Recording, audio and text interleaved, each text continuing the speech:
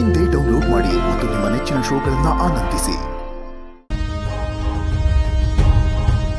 Ma'am, ಮಾಯಾ, ಇದು ನಮ್ಮ ಶರತ್ ಹಾಗೂ ದುರ್ಗಾ ಮದ್ವೆ ವಿಷಯ. ಇದ್ರ ಬಗ್ಗೆ ನಾವು ನಿರ್ಧಾರ ತಗೋತೀವಿ. ಓಕೆ?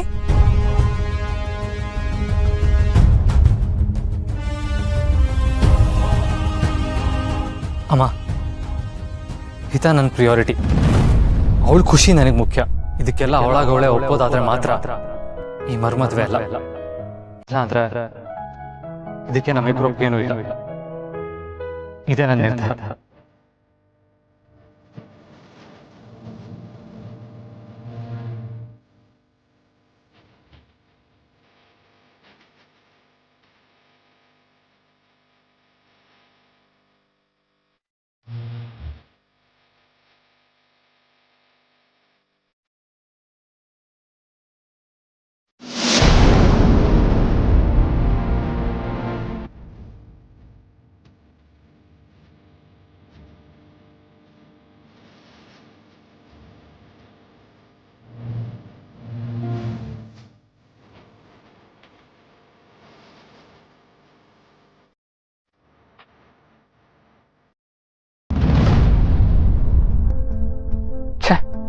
ಅಮ್ಮ ಯಾಕೆ ಹೀಗೆ ಮಾಡ್ತಾ ಇದ್ದಾರೆ? ಅವ್ರಿಗೂ ಚೆನ್ನಾಗಿ ಗೊತ್ತು ನನಗೆ ಇದಿಷ್ಟ ಇಲ್ಲ ಅಂತ. ಆದ್ರೂ ಬಾಸು ಅವ್ರು ಹೇಳ್ತಿದಾರಲ್ವಾ, ನೀವು ಬೆಂಕಿಲ್ ಸಿಕ್ಕಾಕೊಂಡಿದ್ರಿಂದ ಅವ್ರಿಗೆ ಆತಂಕ ಆಗಿದೆ. ಅದಕ್ಕೆ ಈ ಮರು ಮದ್ವೆಯಿಂದ ನಿಮ್ಗೆ ರಕ್ಷಣೆ ಸಿಗುತ್ತೆ ಅಂತ ಅವ್ರು ಯೋಚನೆ ಮಾಡ್ತಿರ್ಬೋದು. ದುರ್ಗಾ, ನೀನು ಬಾಸು, ನನ್ಗೂ ಈ ಮದ್ವೆ ಇಷ್ಟ ಇಲ್ಲ ಅಂತ ನಿಮಗ್ ಗೊತ್ತಲ್ವಾ? ಒಬ್ರು ತಾಯಿಯಾಗಿ ಮಾಳ್ವಿಕಾ ಮೇಡಮ್ ಏನೋ ಯೋಚನೆ ಮಾಡಿದ್ದಾರೆ. ಅದನ್ನ ನಾನು ಹೇಳೋದಕ್ಕೆ ಪ್ರಯತ್ನ ಪಡ್ತಿದ್ದೀನಿ ಅಷ್ಟೇನೆ. ಆದ್ರೆ ಇದರಿಂದ ಪುಟ್ ಮೇಡಮ್ ತುಂಬಾ ನೊಂದ್ಕೊಂಡಿದ್ದಾಳೆ. ಹೌದು, ನಾನು ಹಿತ ಹತ್ರ ಈ ಮದುವೆ ಆಗದೇ ಇಲ್ಲ ಅಂತ ಬೇರೆ ಹೇಳಿದ್ದೀನಿ.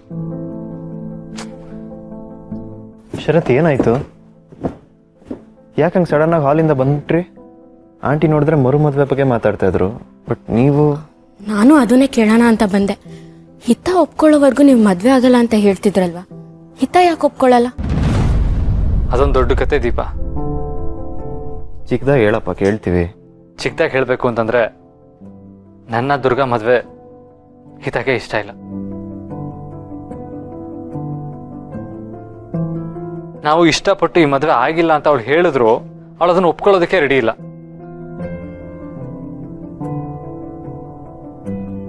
ಅಂಬಿಕಾ ಸ್ಥಾನದಲ್ಲಿ ಬೇರೆ ಯಾರನ್ನು ನೋಡೋದಕ್ಕೆ ಅವಳಿಗೆ ಇಷ್ಟ ಇಲ್ಲ. I understand. She was a perfect mother. ಯಾವುದೇ ಮಗುಗಾಗ್ಲಿ ಅವ್ರ ತಾಯಿ ಸ್ಥಾನದಲ್ಲಿ ಬೇರೊಬ್ರು ನೋಡೋಕ್ಕೆ ಇಷ್ಟ ಆಗಲ್ಲ. ಅದೇನೋ ನಿಜ ಹಸ್ಬೆಂಡು, ಆದ್ರೆ ದುರ್ಗಾ ಅವ್ರೇನ್ ಕೆಟ್ಟವ್ರಲ್ಲ ಅಲ್ವಾ? ಹಿತ ದುರ್ಗಾನ ತುಂಬಾ ಇಷ್ಟಪಡ್ತಿದ್ಲು ದೀಪ. ಇನ್ಫ್ಯಾಕ್ಟ್ ಅಂಬಿಕಾ ಹೋದ್ಮೇಲೆ ಹಿತ ಮೊದಲನೇ ಸರಿ ನಕ್ಕಿದ್ದು, ಮಾತಾಡಿದ್ದು ಎಲ್ಲ ದುರ್ಗಾ ಬಂದ್ಮೇಲೆನೆ. ಬಟ್ ಯಾವಾಗ ನಮ್ಮಿಬ್ರು ಮದುವೆ ಆಯ್ತೋ ಅವಾಗ ಹಿತ ದುರ್ಗಾ ಹತ್ರನೂ ಮಾತ್ಬಿಟ್ಟಿದ್ದ. ನಾನು ಹೇಗೋ ಕಷ್ಟಪಟ್ಟು ಹಿತ ಇವಳ ಹತ್ರ ಮಾತಾಡೋ ಥರ ಮಾಡಿದ್ದೆ. ಇವಾಗ ಮತ್ತೆ ಈ ಮರು ಮದುವೆ ಅದು ಇದು ಅಂತ ಅಂದ್ರೆ ಅವಳು ಕೋಪ ಮಾಡ್ಕೊಂಡು ನಮ್ಮಿಬ್ರಿಂದನೂ ದೂರ ಆಗ್ಬಿಡ್ತಾಳೆ. ಹಿತ ಮನ್ಸಲ್ಲಿ ಅವ್ರ ಜಾಗದಲ್ಲಿ ಇನ್ನೊಬ್ರು ಬರ್ತಾರೆ ಅಂದ್ರೆ ಕೋಪ ಬರೋದು ಸಹಜ. ನೋಡಿ, ಕೋಪ ಬೆಣ್ಣೆ ತರ, ಅದನ್ನ ಕರಗಿಸ್ಬೋದು. ದುರ್ಗಾ ಹಿತನ್ ಜೀವನದಲ್ಲಿ ಬಂದಿರೋದು ಅಂಬಿಕಾ ಅವ್ರ ಬದಲಾಗಿ ಅಂತ ನಾವು ಅನ್ಕೊಳ್ಳೋದು ತಪ್ಪು. ಅವ್ರು ಬಂದಿದ್ದು ಹಿತಂಗೆ ಇನ್ನೊಂದು ಅಮ್ಮನಾಗಿ. ಅದನ್ನ ನಾವು ಅವಳಿಗೆ ಅರ್ಥ ಮಾಡಿಸ್ಬೇಕು. ತಾಯಿ ತಾಯಿನೇ. ಆ ದೇವ್ರು ಬಂದ್ರು ಅವ್ರ ಜಾಗನ ಬೇರೆ ಯಾರು ತಗೊಳಕ್ಕಾಗಲ್ಲ.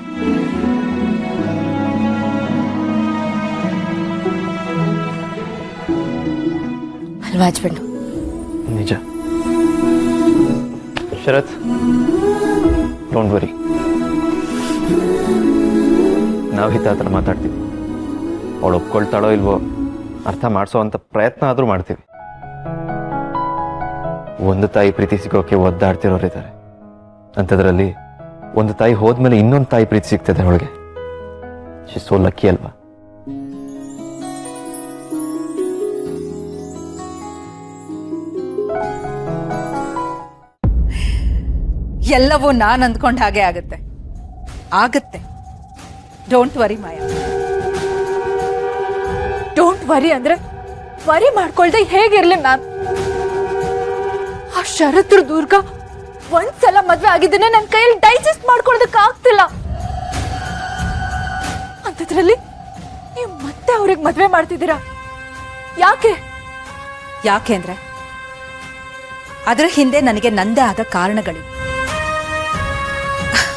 ಆದ್ರೆ ಇದ್ರ ಬಗ್ಗೆ ನೀನ್ ಯಾಕೆ ಇಷ್ಟೊಂದು ತಲೆ ಕೆಡಿಸ್ಕೊಂಡಿದ್ಯಾ ಅಂತ ನಂಗೆ ಅರ್ಥನೇ ಆಗ್ತಾ ಇಲ್ಲ ಮಾಯಾ.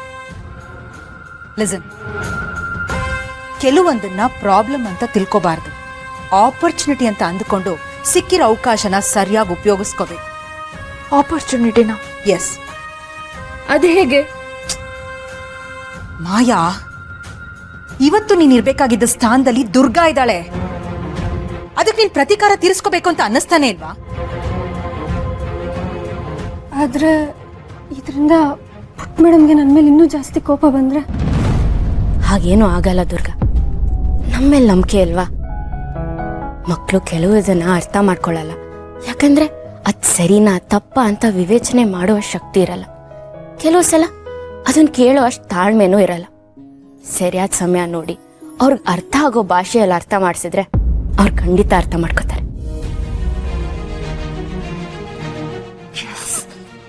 I have to take revenge. ಅವಳ ಮೇಲೆ ಪ್ರತೀಕಾರ ತಗೋಬೇಕು. ಗುಡ್. ಇದು ನಿನಗೀಗ ಸಿಗ್ತಾ ಇರೋ ಗೋಲ್ಡನ್ ಆಪರ್ಚುನಿಟಿ ಅಂತ ತಿಳ್ಕೊ. ಆದ್ರೆ ಹೇಗೆ? ಮಾಯಾ ಮಾಯಾ, ಪ್ರತಿಯೊಂದನ್ನು ಹೇಗೆ ಅಂತ ಅರ್ಥ ಮಾಡಿಸಿ ನಿನ್ ಕೈ ಹಿಡಿದು ನಡೆಸೋದಕ್ಕೆ ನಾನಿನ್ ಅಮ್ಮನೂ ಅಲ್ಲ, ನೀನ್ ಮಗುನೂ ಅಲ್ಲ. ನಾನು ನಿನಗೊಂದು ಒಳ್ಳೆ ಅವಕಾಶನ ಸೃಷ್ಟಿ ಮಾಡ್ಕೊಟ್ಟಿದ್ದೀನಿ. ಅದನ್ನ ನೀನ್ ಹೇಗೆ ಉಪಯೋಗಿಸ್ಕೊಳ್ತೀಯ ಅದು ನಿನಗ್ ಸೇರಿದ್ದು. ಈಗ ನಿನಗ್ ಸಿಕ್ಕಿರೋ ಅವಕಾಶನ ನೀನಾಗೆ ಕೈ ಚೆಲ್ಲಿ ಶರತ್ ಮತ್ತೆ ನಿನ್ನಿಂದ ದೂರ ಹೋದ್ರೆ ಅದಕ್ಕೆ ನೀನಷ್ಟೇ ಜವಾಬ್ದಾರಿ ಆಗಿರ್ತೀಯ, ನೆನ್ಪಿರ್ಲಿ. ದೀಪಾ, ಆಯುಷ್ ಹಿತ ಕೋಪ ಮಾಡ್ಕೊಳ್ಳಲ್ಲ ಅಂತ್ಯಾ?